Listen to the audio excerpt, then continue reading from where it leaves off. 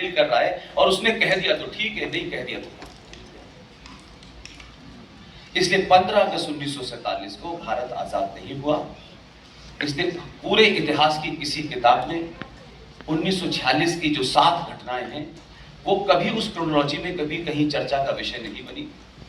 मैं ये बात सिर्फ इसलिए कह रहा हूं, ये मंच नहीं है, लेकिन ये मंच जिस विषय पे मुझे बोलने के लिए बुलाया गया, मैं उसका एक्सपर्ट नहीं हूं, सब बोल चुके हैं और यशवंत भाई ने उसको बहुत विस्तार से कह दिया है। मैं सिर्फ इतना ही कहना चाहता हूं कि 15 अगस्त 1947 को भारत आजाद नहीं हुआ। 15 अगस्त 1947 की घटना को समझने के लिए मैं आपके सामने सिर्फ 7 घटनाएं रखता हूं जो दर्ज हैं। वाह यार, ये किसी इतिहास की किताब में नहीं बताई जा रही है। रखो रखो। बड़े बड़े राइटर, बड़े बड़े हिस्टोरियन कोई उसको बताता नहीं। जनवरी 1946 में उससे आपको पता चलेगा कि जो कुछ हुआ उसकी तैयारी किस तरह से की गई थी और उसका नतीजा जो हुआ वो हमें किस तरीके से बताया जा रहा है। मुझको पता है। जनवरी 1946 में देश में 15 प्रांतीय असेंबली थी। 585 में से 492 सीटें मुसलमानों के लिए रिजर्व थी। मुस्लिम लीग और कांग्रेस के बीच का यह चुनाव था और 492 सीटों में से मुस्लिम लीग ने 429 सीटें जीती और कुल मिला के कांग्रेस चुनाव जीत गई। जब कांग्रेस चुनाव जीत गई तो क्लेमेंट एटली का एक बयान आया मार्च 1946 में कि हम भारत को जल्दी ही सत्ता का हस्तांतरण करने वाले हैं। जिस वक्त ये चुनाव का मामला था उस वक्त कांग्रेस पार्टी के अध्यक्ष मौलाना अबुल कलाम आजाद थे। उनको 40 में बनाया गया था। तो मार्च में ये बयान आनंद फानन में ये अनाउंस कर दिया 20 अप्रैल को कि कांग्रेस पार्टी का अध्यक्ष चुना जाना है और 27 तारीख तक रिजल्ट आने हैं। तो 15 प्रांतीय असेंबलीज ने, प्रोविंशियल असेंबलीज ने गुप्त मतदान करके कांग्रेस पार्टी के अध्यक्ष चुनने के लिए दिल्ली में अपना वोट भेज दिया और उस वोटों की गिनती 27 अप्रैल को होनी थी। और जो गांधी जी के सबसे क्लोजेस्ट आदमी थे उनको उस पूरी प्रक्रिया का कन्वीनर बनाया गया। उनकी देखरेख में वो पेटियां खुली और फिर गिनती हुई। कुल 15 वोट में से एक वोट इनवैलिड हुआ, दो वोट इनवैलिड हुए और एक वोट पट्टाभी सिवरमन को मिला और बचे हुए 12 वोट सरदार पटेल को मिले। लेकिन हुआ क्या, ये सारी बात मैं नहीं लिख रहा या मैंने कहीं पढ़ी नहीं है। जो उस समय उस कार्रवाई को प्रिसाइड कर रहे थे उनकी किताब को गवर्नमेंट ऑफ इंडिया पब्लिकेशन ने छापा, लेकिन ऐसे समझदार लोग थे कि ये तथ्य सालों तक पता न चले। वो गवर्नमेंट ऑफ इंडिया पब्लिकेशन से वो किताब ही गायब हो गई, वो अवेलेबल नहीं थी। अब सुन तो लीजिए, पूरी बात तो सुनिए। उसका नाम भी बताऊं इससे थोड़ा तो, आपने इतने लोगों को सुना, मुझे भी 2 मिनट सुन लीजिए। आपको कहाँ से मिली प्रूफ? आगा वही तो उसमें गांधी जी ने बड़ा अफसोस जाहिर किया और बट नेहरू जी से कहा कि तुम्हें एक भी वोट नहीं मिला और उनसे कहा कि आप विड्रॉ कर लीजिए।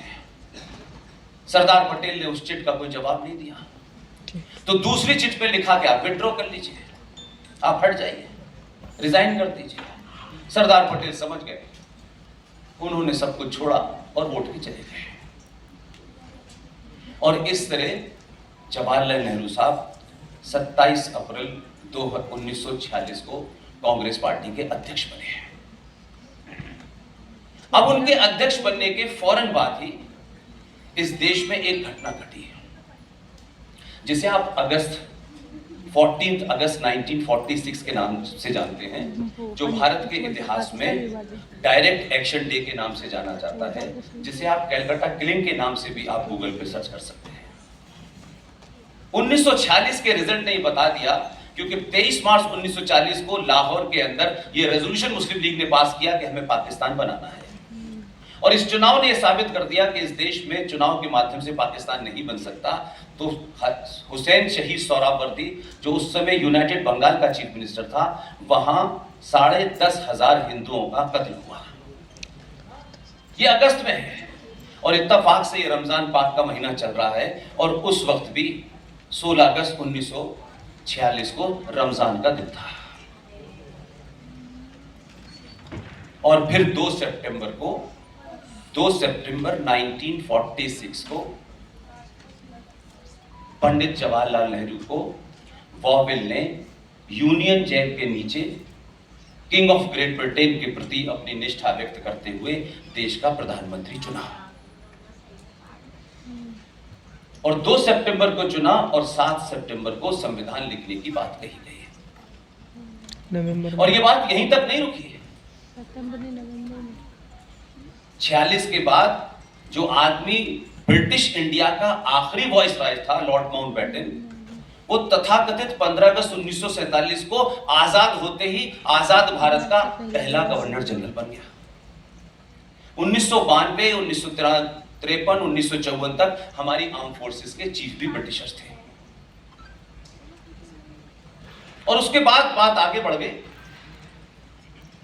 फिर आप सोचिए कि 15 अगस्त आ गई और 15 अगस्त के बाद में माउंटबेटन साहब को बर्मा का गवर्नर जनरल बना दिया गया। ये 1948 की घटना है। 28 अप्रैल 1948 को आजाद भारत, उसके प्रधानमंत्री किंग ऑफ ग्रेट ब्रिटेन को चिट्ठी लिख रहे हैं जो 3 मूर्ति के आर्काइव में रखी हुई है। 28 अप्रैल 1948।